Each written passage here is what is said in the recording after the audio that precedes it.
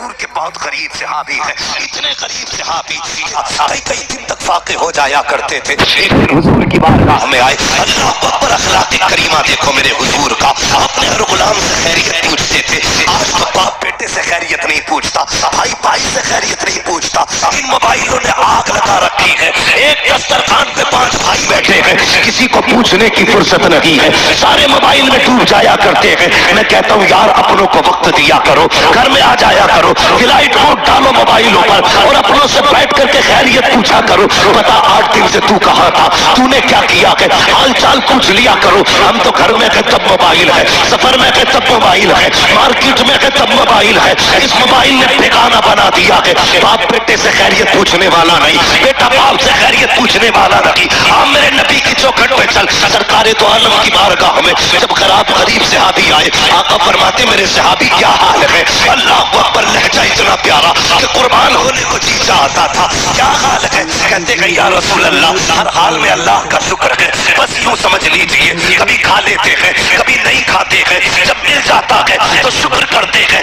جب نہیں ملتا ہے تو صبر کر لیتے ہیں. اللہ اکبر، حضور نے غلام کی یہ باتیں سنی ہے، چشمان نبوت میں آنسو آئے، جیسی آنکھیں بھر آئی ہیں. اتنے میں جبریل آ جاتے ہیں. یا رسول اللہ یہ جو غلام بیٹھا ہوا ہے بس یہ کل ظہر تک کا مہمان ہے، کل ظہر تک اس کا انتقال ہو جانا ہے. اتنا سننا تھا، نبوت والی آنکھیں بھر آئی، چشمان نبوت برسی. میرے نبی نے غلام سے نہیں کہا تھا کہ تو کل تک کا مہمان ہے، بلکہ اس سے فرماتے ہیں میرے غلام بتا تو صحیح تیری زندگی میں کوئی ایسی خواہش ہے جسے تو چاہتا اور وہ نہ ہو سکی ہو. اللہ اکبر، غربت کا اندازہ لگانا. جب میرے نبی نے اتنا کہا تھا بتا تو صحیح کوئی خواہش ہو تو پوری کی جائے. یہ نہیں کہا کل تک کا مہمان ہے. مصطفیٰ فرماتے ہیں بتا تو صحیح تیری کوئی خواہش ہو تو پوری کروں. آقا نے اتنا کہا. غلام کے جملے سننا پیارے، جو ہوٹلوں میں 2000 کا کھانے کے بعد اور ایک بھوک کا کھانا پھینکنے والوں، کھڑے ہو کر کے شادیوں میں کھانے دے کر کے کتوں کی طرح کھلانے والوں اور کئی لوگوں کا کھانا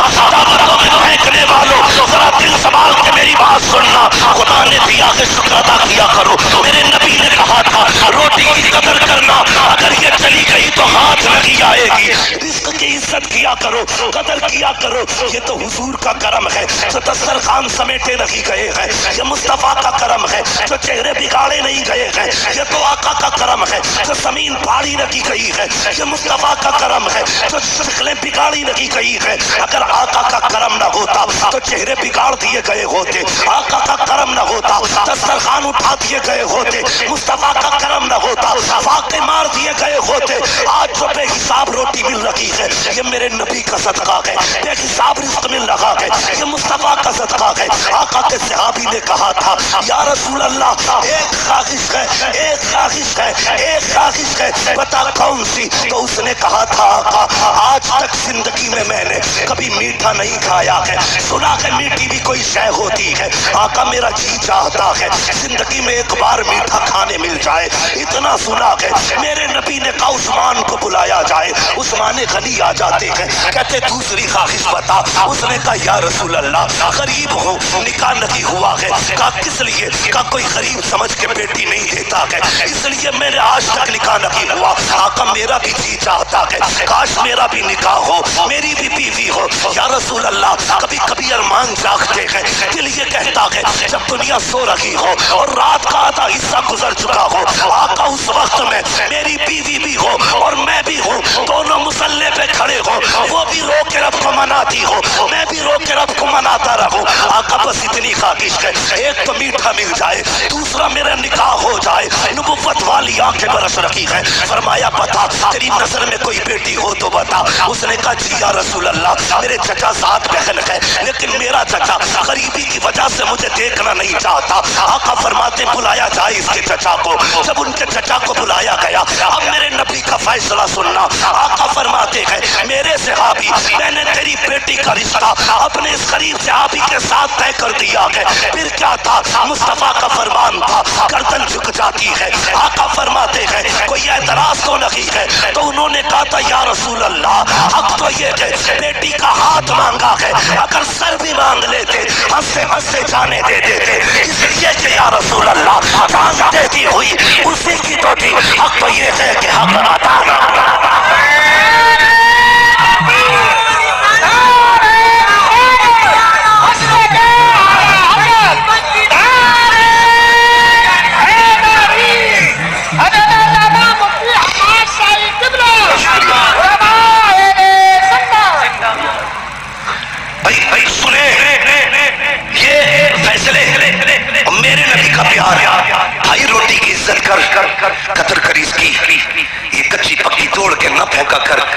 کا ادب یہ ہے کھانے کے لیے بیٹھو تو اگر پلیٹ میں ٹوٹی دلیا میں ٹوٹی روٹی کے ٹکڑے ہونا پہلے ٹکڑے کھا کے رب کو دکھایا کر یا اللہ میں نے ناشکری نہیں کی ہے، میں تو ان ٹکڑوں کے لائق بھی نہیں تھا، یہ تیرا احسان ہے، تو نے میرے آگے یہ ٹکڑے رکھ دیے ہیں۔ وہ تو یہ کہتا ہے میرا شکر ادا کرو گے تو اتنا دوں گا کہ سنبھالا نہیں جائے گا، اور ناشکری کرو گے تو یاد رکھنا اسے عذاب میں مبتلا کروں گا کہ کوئی بچانے والا نہیں ہوگا۔ حضور نے اتنا فرمایا کہ تیری بیٹی کے ساتھ اس کا نکاح ہونا ہے، جی یا رسول اللہ کا تاخیر نہ کرنا۔ آقا جانتے تھے کل ظہر تک کا مہمان ہے، مصطفیٰ جانتے تھے کل ظہر تک اسے موت آنے والی ہے، اس لیے میرے نبی نے کہا آپ دن کا انتظار نہیں ہے، ابھی اس کا نکاح ہوگا۔ ابو بکر جی یا رسول اللہ نکاح کی تو ضرورتیں ہیں وہ آپ پوری کریں گے، عثمان جو حلوہ ہے وہ آپ کا بنانے کی ذمہ داری ہے، ایسا حلوہ بنانا کہ آج تک کسی نے نہ کھایا ہو۔ میرے غریب غلام کی تمنا ہے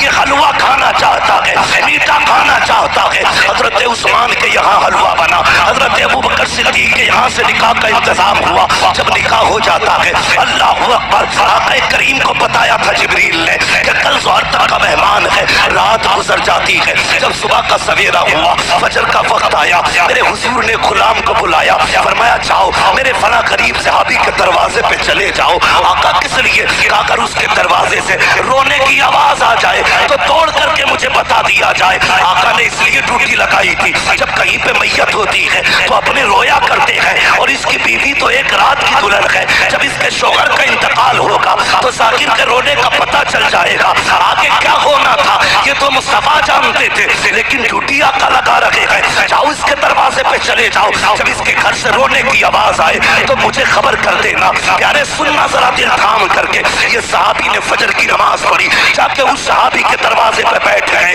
سحر ہو گئی کوئی نہیں رویا ہے، سحر کی نماز پڑھی۔ آقا فرماتے کیا ہوا؟ جی یا رسول اللہ ابھی تک تو کوئی نہیں رویا ہے، کہتے پھر جائیے، پھر آئے ہیں، عصر تک بیٹھے رکھے کوئی آواز نہیں آئی، جب عصر میں آقا سے ملاقات ہو رہی ہے مصطفیٰ فرماتے ہیں پتا کیا ہوا؟ کہتے یا رسول اللہ میں صبح سے دیکھ رہا ہوں اس گھر سے قہقہوں کی آوازیں آ رہی ہیں، ہنسی اور خوشیوں کی آوازیں آ رہی ہیں، آقا اس گھر میں کوئی نہیں رویا ہے۔ اتنا سننا تھا حضور نے سجدے میں سر رکھا، اے میرے مالک بتا تو سکی، کل جو جبریل نے بتایا تھا وہ تو صحیح تھا، جبریل تو جھوٹ نہیں بولے گا، تیرے فیصلے بھی حق ہیں، جبریل نے یہ کہا تھا یہ ظہر تک انتقال کر جائے گا، مگر میرے مالک بتا تو سکی ابھی تک وہ مرا کیوں نہیں ہے، اس کو موت کیوں نہیں آئی ہے؟ اب ذرا دل تھام کے سننا پیارے، رب نے جبریل کو بھیجا جا میرے محبوب سے جا کے کہانی بتا دے۔ حضرت جبریل آئے ہیں، یا رسول اللہ بے شک اس کو ظہر میں انتقال کر جانا تھا، اس کی زندگی ظہر تک تھی، لیکن یا رسول اللہ جب مغرب کے بعد کا وقت آیا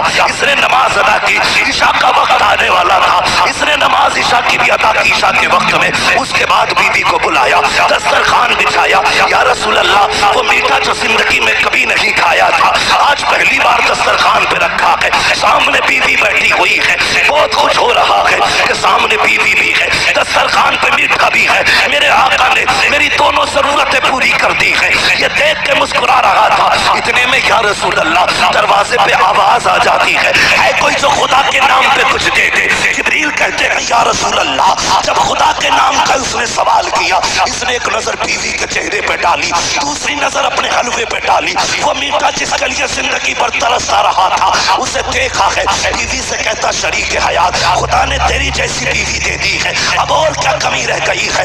دروازے پہ رب کے نام کا سائل آ گیا ہے، اگر تو کہے تو یہ حلوہ اس کے حوالے کر دو۔ بیوی نے کہا میرے سرتاج جیسے تیری مرضی ہے۔ جبریل کہتے ہیں یا رسول اللہ اس نے اپنی زندگی کی سب سے پسندیدہ غذا حلوہ اٹھایا، خدا کے نام پہ غریب کو دے دیا، اور کہا جب غریب کے ہاتھوں میں حلوہ آیا آقا اس کی زبان سے جملہ نکلا خدا تیری خوشیوں کو سلامت رکھے، خدا تیری خوشیوں کو سلامت رکھے۔ جبریل کہتے ہیں یا رسول اللہ فیصلہ تو موت کا ہو چکا تھا، لیکن جب اس فقیر نے کہا تھا خدا تیری خوشیوں کو سلامت رکھے، رب نے فیصلہ کر دیا اے جبریل اس نے اپنی من پسند سے میری رضا کے لیے اپنے آگے سے اٹھا کر کے غریب کے حوالے کر دی ہے، جاؤ میں نے اس کی زندگی کو موت کو زندگی میں تبدیل کر ڈالا ہے، اور اس کے غموں کو دور کر کے اس کی زندگی کو خوشیوں سے آباد کر ڈالا۔ رسالت مسلک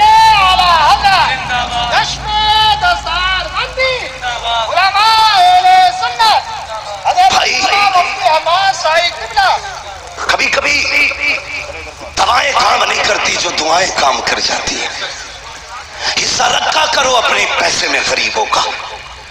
اگر گاڑی گڈھے میں گرنے سے بچ جائے یہ مت سوچنا تیری تدبیر بچا کے لے گئی. نہیں، یہ سمجھ لینا کسی کی دعاؤں نے آ کے سہارا لگا دیا ہے. ہاں، کسی کی دعاؤں نے سہارا لگا دیا ہے. اس لیے بدلو اپنے آپ کو، بدلو. اپنے پیسے میں رب کے نام پہ مانگنے والوں کا حصہ رکھا کرو. اور ہر چیز تدبیر سے نہیں، دعاؤں سے بھی حاصل کیا کرو. لوگوں سے دعائیں لینے کے حالات پیدا کرو، دعائیں لینے کے حالات. لیکن میری قوم کے جوان، ایک تکلیف ہے مجھے، صرف کھیڑے میں جتنے پرانی دینداری ہے نا، اس سے بڑے بڑے ڈی جے بھی بجتے ہیں شادیاں. یہ خبریں بھی ہمیں ملتی ہیں، جہاں تمہارے جلسوں کی شہرتیں ہیں وہاں تمہارے ڈی جے کی بھی شہرتیں کم نہیں ہیں. قوم تباہ ہو گئی بھائی. کیا ایک نکاح کرنے کے لیے صرف اتنا ہے پوری شادی میں نکاح سنت ہے، باقی کتنے کام سنت والے کرتے ہیں. 7 دن پہلے سے اماں ڈھول لے کے بیٹھ جا رہی ہے. ایک دن رات میں گزرا 3 بجے میں نے دیکھا لڑکی آ رہی. ہم لوگ تو راتوں میں اکثر چلتے. میں نے کہا یہ کیا مسئلہ، موت ہو گئی کیا؟ کہ نہیں پرمل بٹے.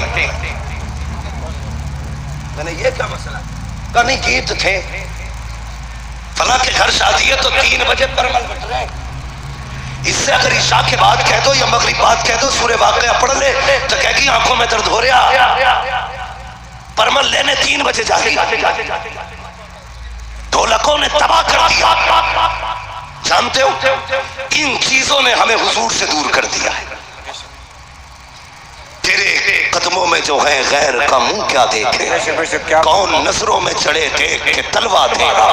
اور ہم تو یہ کہتے ہیں یا رسول اللہ تیرے ٹکڑوں پہ پلے غیر کی ٹھوکر پہ نہ ڈال، کھڑکیاں کھائیں کہاں چھوڑ کے صدقہ دے. سبحان اللہ بہت اچھی.